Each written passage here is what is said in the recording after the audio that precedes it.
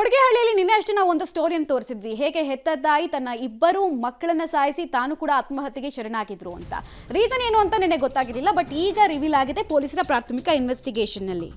So ಅಸಲಿ ಕಾರಣ ಹುಡುಕಿದ್ದಾರೆ ಪೊಲೀಸರು. ದಂಪತಿಗಳ ನಡುವೆ ಮಕ್ಕಳ ವಿಚಾರದಲ್ಲಿ ಇದ್ದ ಭಿನ್ನಾಭಿಪ್ರಾಯವೇ ಈ ಥರದ ದುಡುಕಿನ ನಿರ್ಧಾರವನ್ನು ಆಕೆ ತೆಗೆದುಕೊಳ್ಳೋದಕ್ಕೆ ಕಾರಣ ಅನ್ನೋ ಮಾಹಿತಿ ಲಭ್ಯ ಆಗಿದೆ. ಮಕ್ಕಳ ನಿರ್ವಹಣೆ ವಿಚಾರದಲ್ಲಿ ದಂಪತಿಗಳ ನಡುವೆ ಆಗಾಗ ಗಲಾಟೆ ಆಗ್ತಾ ಇದ್ದಂತೆ.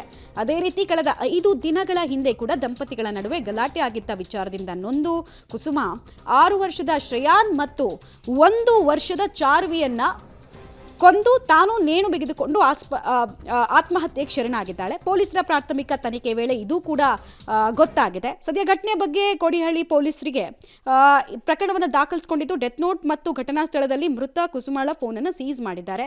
ತನಿಖೆಯಲ್ಲಿ ಇನ್ನೂ ಯಾವ್ಯಾವ ಅಂಶಗಳು ಗೊತ್ತಾಗುತ್ತೆ ಅನ್ನೋದು ಗೊತ್ತಾಗುತ್ತೆ. ಏನೇ ಆಗಲಿ ಇಂಥ ಎಕ್ಸ್ಟ್ರೀಮ್ ಸ್ಟೆಪ್ ಅನ್ನು ತಗೊಂಡು ಮಕ್ಕಳನ್ನು ಕೊಂದು ಹಾಕೋದು ಯಾವ ರೀತಿ ಮೆಂಟಾಲಿಟಿ ಅನ್ನೋದು ಅರ್ಥ ಆಗ್ತಲ್ಲ. ಚಿಕ್ಕ ಪುಟ್ಟ ಸಮಸ್ಯೆಗಳಿಗೆ ಆತ್ಮಹತ್ಯೆ ಮಾಡ್ಕೊಂಡು ಬಿಡ್ತೀನಿ ಅನ್ನುವಂತಹ ಡೇಂಜರಸ್ ಮೆಂಟಾಲಿಟಿ ಜಾಸ್ತಿ ಆಗ್ತಾ ಇದೆ. ವ್ಯಾಪ್ತಿಯಲ್ಲಿ ಒಂದು ಆತ್ಮಹತ್ಯೆ ಪ್ರಕರಣ ನಡೆದಿರುತ್ತೆ. ಈ ಪ್ರಕರಣದಲ್ಲಿ ಕುಸುಮ ಅಂತಕ್ಕಂತಹ ಒಬ್ಬರು ಗೃಹಿಣಿ, ಸುಮಾರು 35 ವರ್ಷ.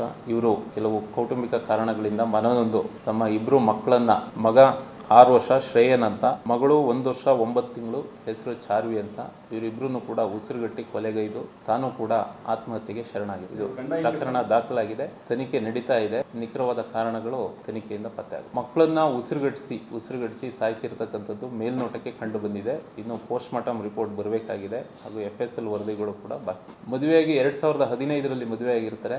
ಎಲ್ಲರೂ ಕೂಡ